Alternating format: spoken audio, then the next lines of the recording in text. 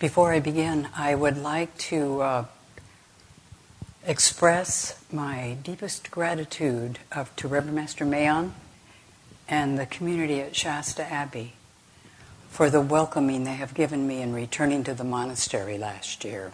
This is my first public talk, so I haven't had this opportunity before. But they have been very welcoming, kind, and very generous in opening the doors and the gates to the monastery for me again. And it has been invaluable in my training in my later years and as they keep passing on. Anyway, thank you.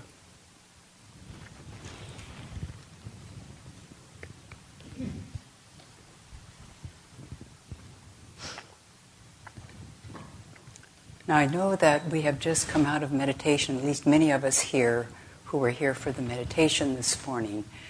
But I would again like us to approach that place in our body and mind before I proceed on with some Dharma this morning. So, if you would please be willing to sit quietly with dignity and respect of who and what you are, and respecting all that are sitting here with you. Relax into your awareness of being fully present right now, without judging and without opinions of the conditioned chatter that flows through your mind. Sense the spaciousness that comes with this awareness and accepts you as you are. You are just like this, right here at ease and gently holding yourselves. Let this awareness embrace your mind, your body, your emotions without grasping or pushing away anything that arises in this moment. Let it all be as it is without holding on to any of it. Be at ease and receptive. Open yourself up. Being still, fully present in this moment, let go of any tension or stress you may be experiencing and retreat within gently and with clarity. Now allow the body to settle nicely into this dignified, upright meditation posture that we are all so familiar with as we move into the silence of our heart. Your spine is straight, reaching up to the neck and the head, and resting on the pelvis. Feel your sits bones rooted into the chair as we move into the meditation posture, willingly and with our hearts open. Gracefully rising up out of the pelvis, the spine settles in. Shoulder blades drip down toward the hips. Your heart will open, and as you drop these shoulders down, and now allow the chin to slightly be down and the back of the head gently pressed back. Now just relax deeply and breathe naturally. Breathe quietly for just a moment.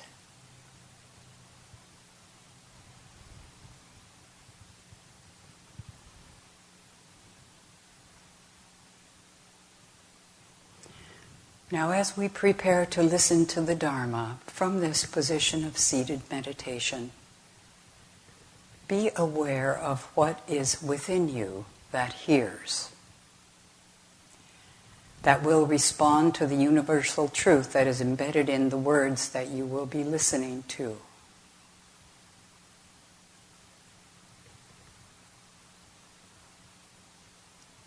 This is what we refer to as experiencing the turning of the wheel of the Dharma. And I have thought myself, though others may not have thought about this, that listening to the scriptures in the Buddhist tradition can be likened to a love song or a beautiful, inviting song of the Buddha. that which is universally awake, that continually speaks to our heart, our Buddha nature.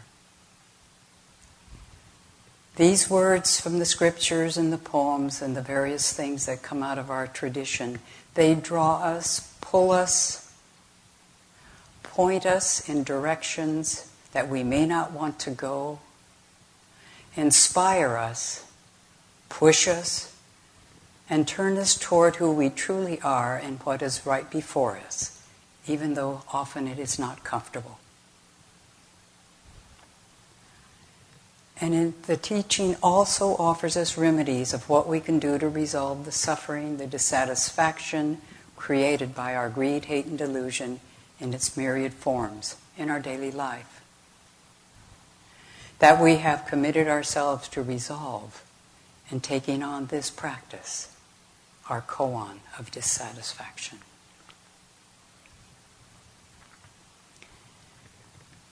Now there's a few more points. I'm talking to you about listening. I think you probably have picked up. I would like to say about listening that may be of use. First, relax as you are in your meditation position and open yourself to enjoying yourself. And trust in your ability to listen, internally and externally.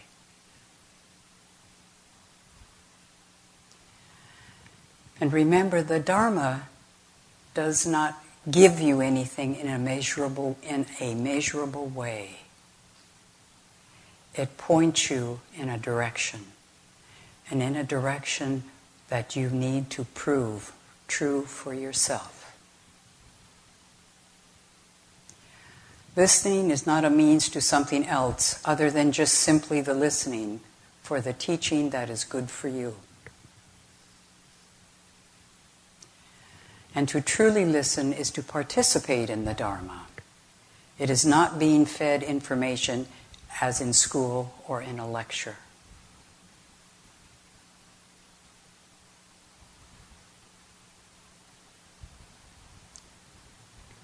It is the asking from a quiet mind when you listen, what is the teaching here for me? And it may not be anything the teacher or whoever is offering the words says, but how your mind and your heart receives or reacts to it. And that is enough.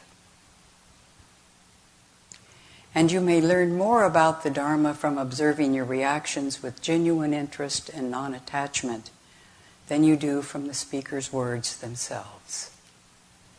Those words will penetrate where it's needed.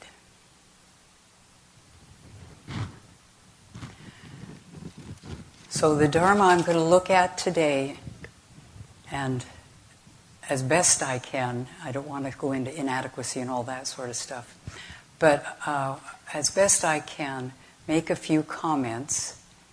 It is a poem that we all are quite familiar with, I think. I think there's a number of newer folks here, but in our Buddhist writings, it's one of the official teachings of the Soto Zen sect. We refer to it the Serene Reflection Meditation tradition. And it appears in this book, Buddhist Writings, and it is part of a group of poems, aphoristic poems. There's about 3 of them. And the particular one that I'm going to look at today, translated by Reverend Hubert, whom a number of us know, that which is engraved upon the heart that trusts to the eternal. Now, as I look at this, it almost brings tears to my eyes because it was the first Buddhist reading that hooked me. And this was back in the early 70s. And each time I pick it up, it's always pointing me in a particular direction at a particular time. Never the same. And so it is actually my honor and privilege to not to toy with it, but to offer it a little bit this morning for your benefit.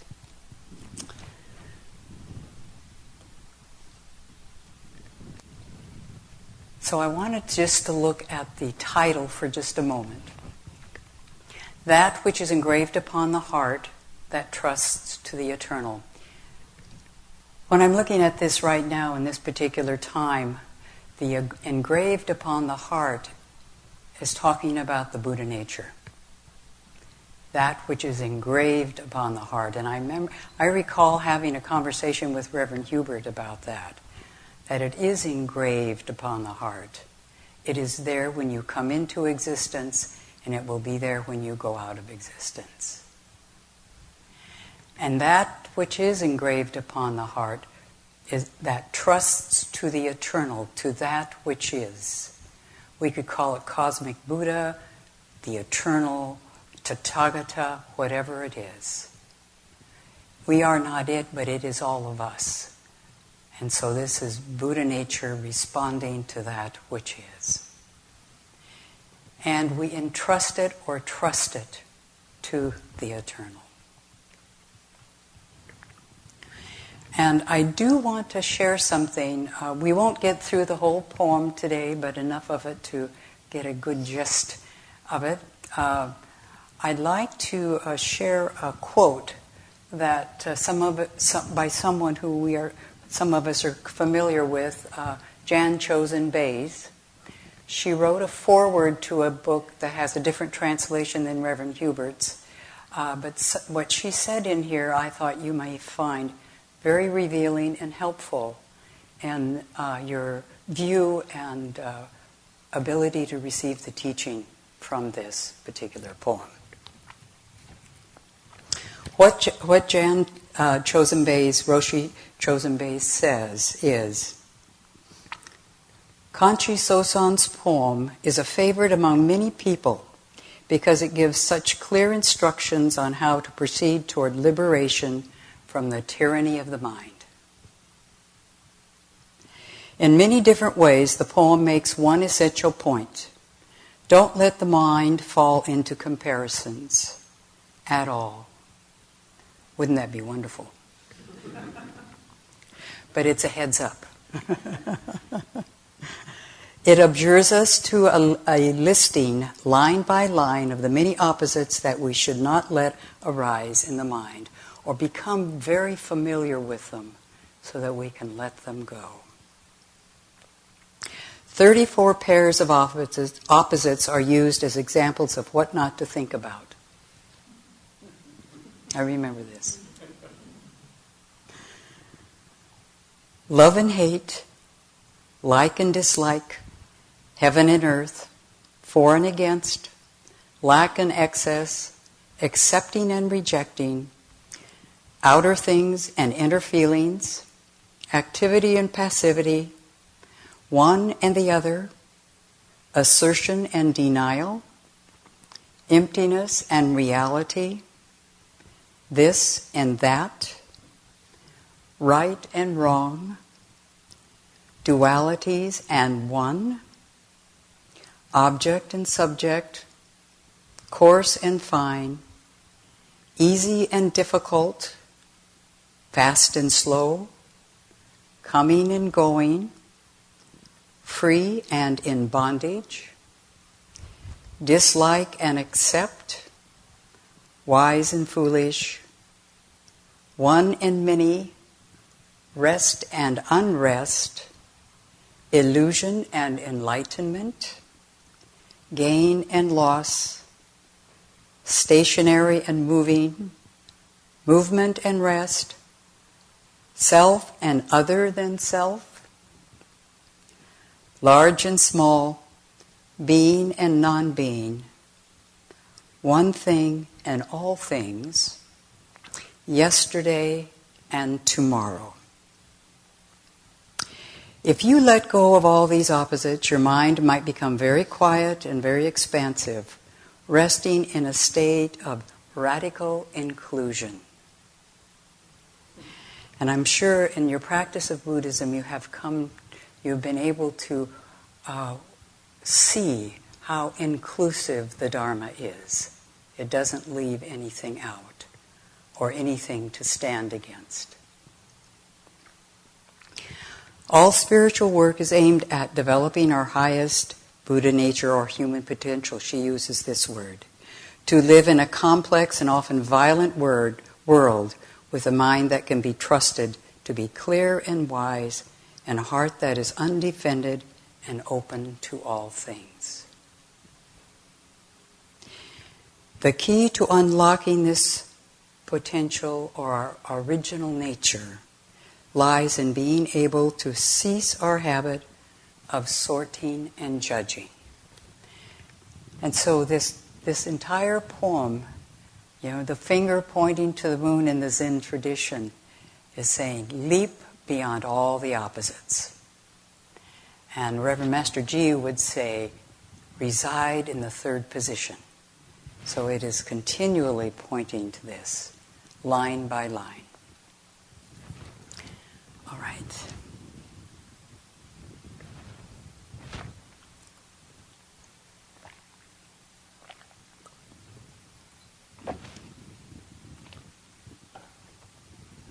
Or I don't want to miss out. Some of you were here a few weeks ago for Reverend Master Zensho's retreat.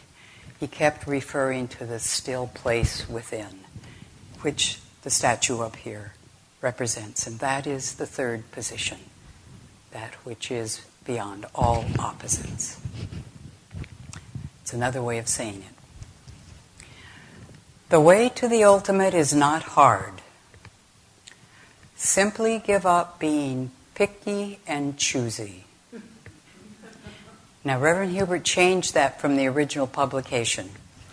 And I think most of us can understand and value that distinction. We do pick and we do choose. We pick or choose to follow the precepts. We pick or choose to sit down in our meditation for our meditation practice. Once a day, once a week, whatever it works for you. Some of us a few times a day. But we choose to do that. It's a lot different than the picky and choosy. When we're picky and choosy, I want or I don't want steps right into the equation. And of course, that leads us to dissatisfaction and often unhappiness, because nothing is going to stay the same. No matter how bad we want it and how good it is, it will pass away. So we can pick it or choose it without the I want or grasping. That's part of the practice. Just choose it. So just by not giving in to hatred and craving, will your heart and mind be as clear and bright as the realm beyond the opposites? Now this is pointing to the third position. Your heart and mind will be as clear and bright as the realm beyond the opposites. And it already is when we let go of the opposites or go beyond them. Let but a hair's breadth of discriminatory thought arise, and you have made heaven and earth strangers to each other. And when we're chanting the scripture of great wisdom, when one with deepest wisdom of the heart that is beyond discriminatory thought, this is what it's talking about. That's being picky and choosy. Yeah. When the craving to possess emerges before your eyes, simply do not persist in following its perverting path. And again, these words are they resound within, and it is actually putting them to use in our daily life that will actually allow us to receive the benefit of the teaching. That's one of the things I was talking about earlier about the scriptures and poems and all the teachings that come out of the various traditions as being beautiful, inviting songs. Well, those songs, we need to follow them in our daily lives. Take the words and put them to use. Otherwise, they just float through the air and go and disappear. So all of these words are actually a pointing for each one of us to do something about what appears before us when we fall into the opposites. And it's a hole we as human beings will continually fall into. So there is great wondrous teaching here for us to be able to take hold of and follow without grasping. Okay. When you allow gratification and dissatisfaction to compete within you, they will create a sickness in your heart. And I'm sure many of you here, if not all, have experienced this.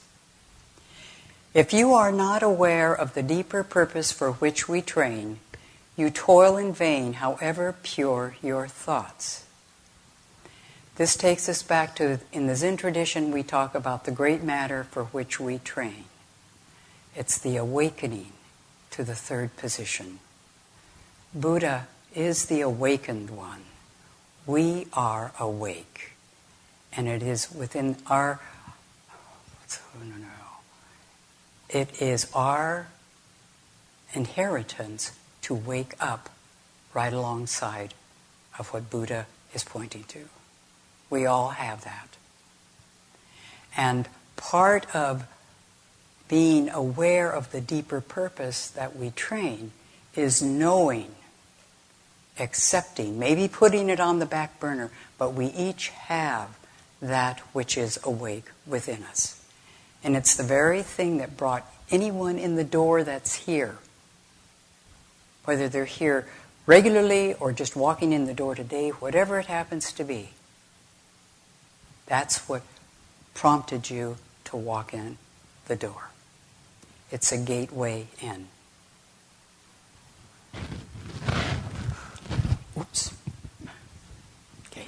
I touched the mic, excuse me. The all-embracing is perfect, and like the great vault of space, it lacks for nothing and has nothing in excess.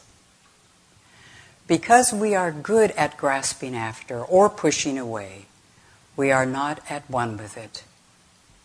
And I can verify that. I'm good at it. Do not chase after external entanglements or stoically abide in some inner void where suffering is denied. You know, this is a very straightforward practice. We look with open eyes and with honesty. And one of the results of our meditation practice is becoming intimately acquainted with ourselves and doing so honestly so that we can see what needs to be done. To let go with what needs to be let go of. Not to cling or grasp on to particular wonderful ideals or judgments or opinions. To let them go. Within the oneness of your everyday mind, simply be indifferent to differences. Just this. This is what's here.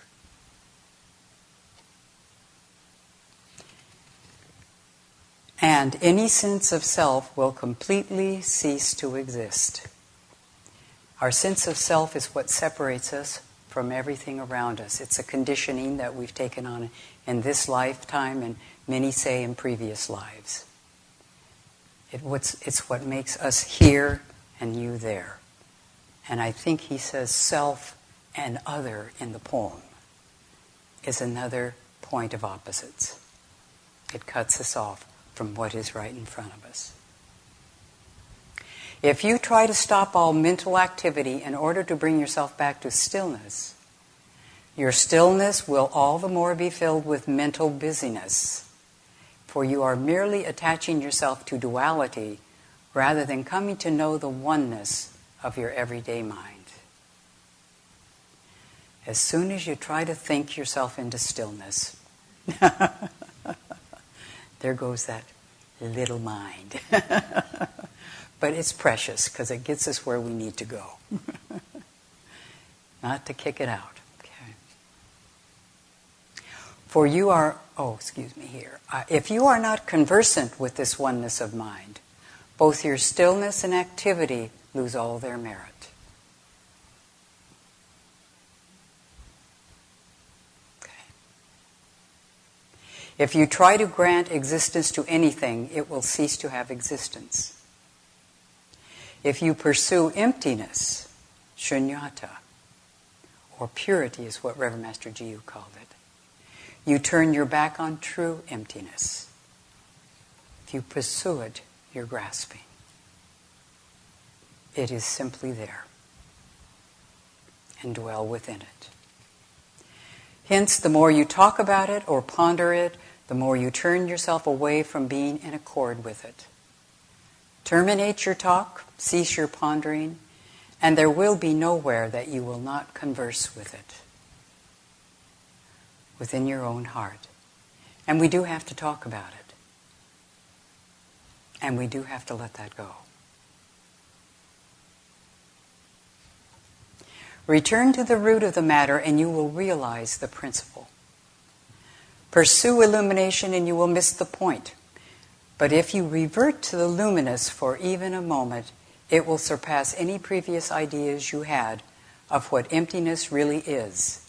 And your previous ideas of emptiness will be altered, for they were all due to your erroneous views. This is dwelling in with our stillness, the awareness that is right within us. That is no thing and everything. Nothing to hold on to and nothing to push away. And yet it is full and immaculate. And it is our heritage as human beings to dwell within that. So any views you may have of it, just rest in the experience of the stillness and let the view be as it is, set aside.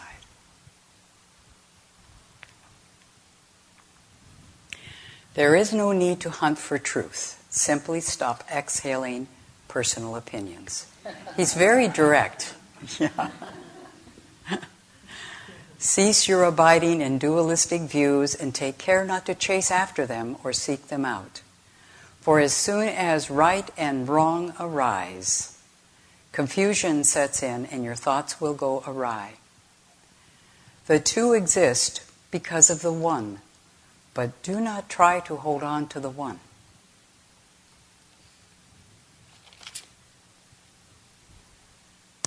If you do not view things in such terms as crude and refined, you will not be a companion to biases. The great way is broad, being neither easy nor difficult to traverse, but if you are limited by your opinions, wary or filled with doubts, the faster you hurry about, the more you slow yourself down.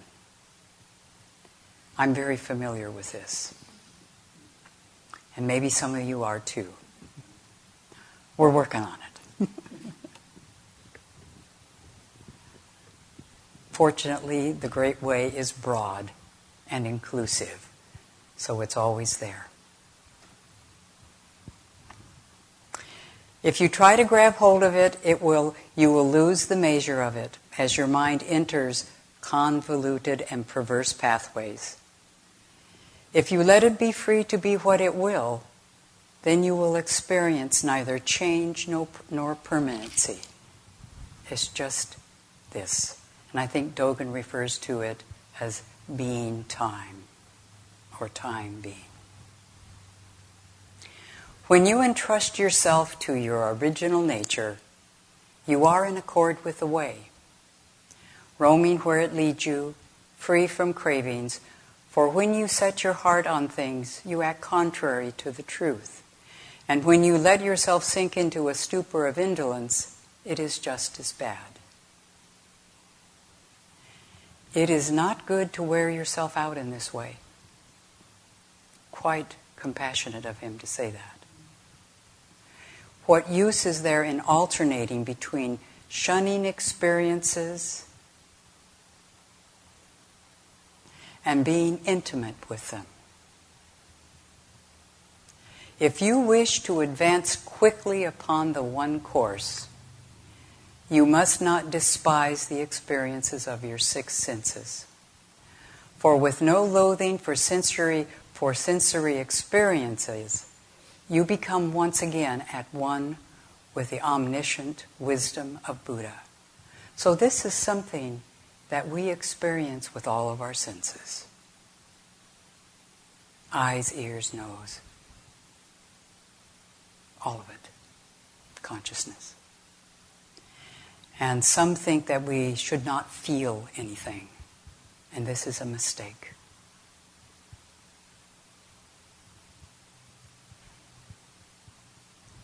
When we feel, we allow it to be there, and it too will pass away. And the liberation of the heart will appear. Don't try to get rid of your reactivity. Just let it be there without acting on it. We can't get away from the fact that it's there and that it will pass away if we give it the spaciousness of our heart to dwell and pass. It took me a long time to decide to come and talk to everyone. I'd been a prior for 18 years and was doing it 2 or 3 times a week and felt like an old dried up prune.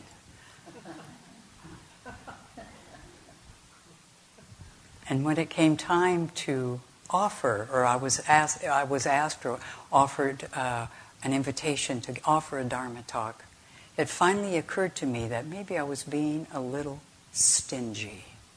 And I was feeling stingy. I'm talking about my senses here. And what turned it over was having a generous heart. The antidote was generosity.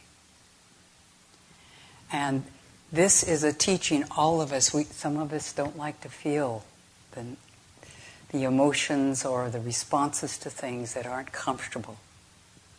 Give them space. Give them space to run through whatever they need to run through.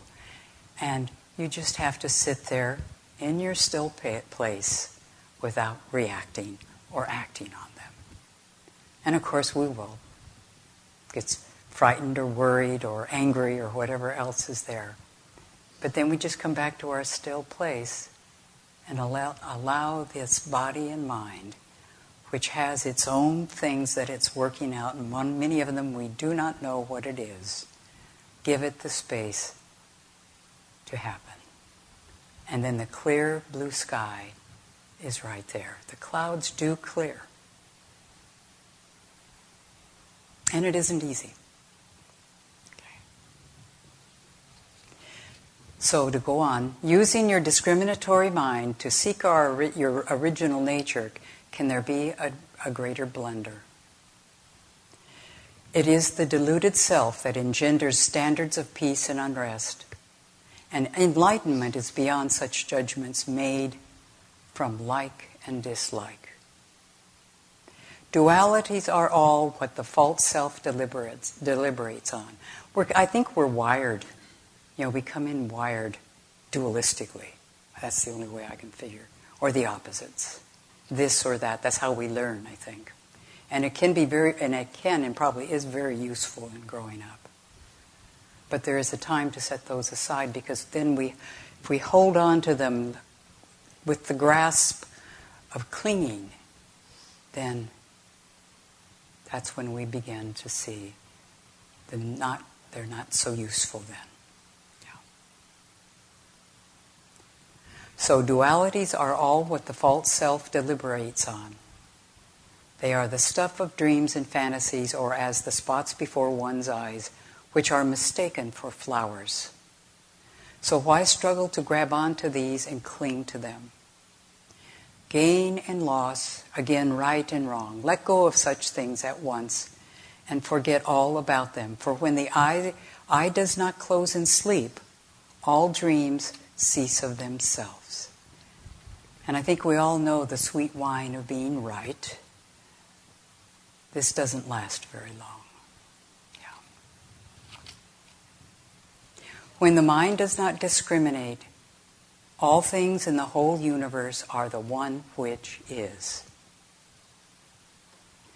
The nature of this one which is subtle and profound, unconcerned with karmic conditions in its steadfast.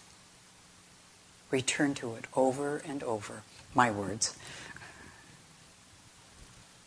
If you look upon all things in the whole universe as though alike, they will return to what they naturally are. When you put an end to that which needs things, comparisons cease. When you stop all mental activities, there will be no activities. But even when the activities cease, you will still not have stillness. Since both sides of a duality are in themselves incomplete, how can either one be absolute? Rules and standards do not exist for that which is supreme and ultimate.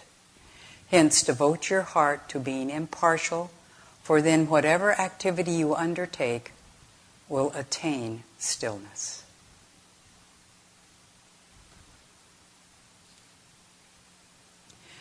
Completely cleansed of wariness and doubts, your true faith will then harmonize discords and straighten out irregularities, so that nothing lingers on, nothing is clung to by memory, bright and empty of expectations, just functioning naturally. Your mind will not wear out its strength, for it is not a place for judgmentalism. However, discriminatory consciousness and feelings will find this difficult to fathom. And yet this is not just wishful thinking. It's something you can put into practice and prove true for yourself. So I'm going to finish reading the poem now, and then that will be the finish. In the Dharma realm of that which is, there is no self or other. So of necessity, hasten to be in accord with it by simply saying not to. Within this not to, all are alike, and nothing is not included. This is where your inclusiveness comes in. The wise and discernment in the 10 quarters have all awakened to this principle. This principle is beyond compression and extension in time or space. Within it, 10,000 years is as a single thought. Nowhere is it not present, and the universe infinite in the 10 directions is right before your very eyes. The infinitesimally small is the same as the largest in this realm where delusions have ceased.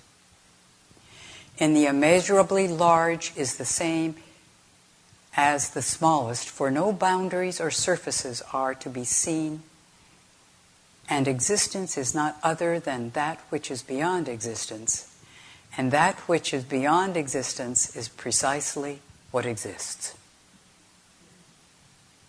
Cleaning up cobwebs here. If matters are not such as this, then by all means do not hold on to this. The one is everything, and everything is the one. If you can be as herein described, why waste your time worrying over not finishing things? Trust and the heart are not two separate things. The not two is the heart that trusts to the eternal. Words fail to describe it, for it is beyond the past, the future, or the now. Thank you.